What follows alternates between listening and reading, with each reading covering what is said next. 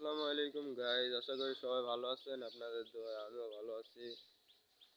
এখন আমি চিন্তা ভাবনা করছি যে আমি আমার অ্যাকাউন্টে ব্লগিং ভিডিও ছাড়বো, আর কি ব্লগ বানাবো। আমাদের ভোলা জেলায় এরকম কোনো ব্লগার নাই, তার লেগে আমি চিন্তা ভাবনা করছি যে আমি ব্লগিং ভিডিও বানাই।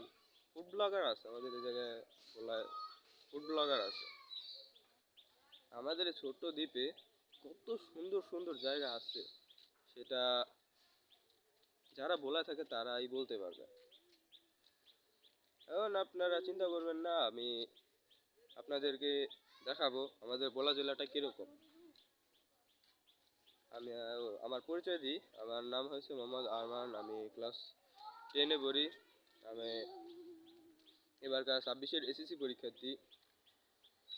আর আমার বাসা হয়েছে যে ভাপ্তা, মানে ভাপ্তা বর্ডার করা আর কি, ভোলা জেলার একটি অংশ। আমি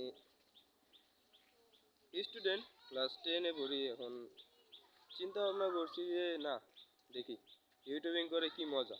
মানুষ দেখি ইউটিউবিং করে, এখন দেখি ইউটিউবিং করে কি মজা, সেটা আমি একটু দেখি। ইউটিউবিং মানুষ দেখি যে প্রচুর পরিমাণে ইউটিউবিং করে আমাদের বলাতে। বিশেষ করে অন্যান্য ব্লগার আছে, প্রচুর ব্লগার আছে, কিন্তু টুরিস্ট ব্লগার নাই।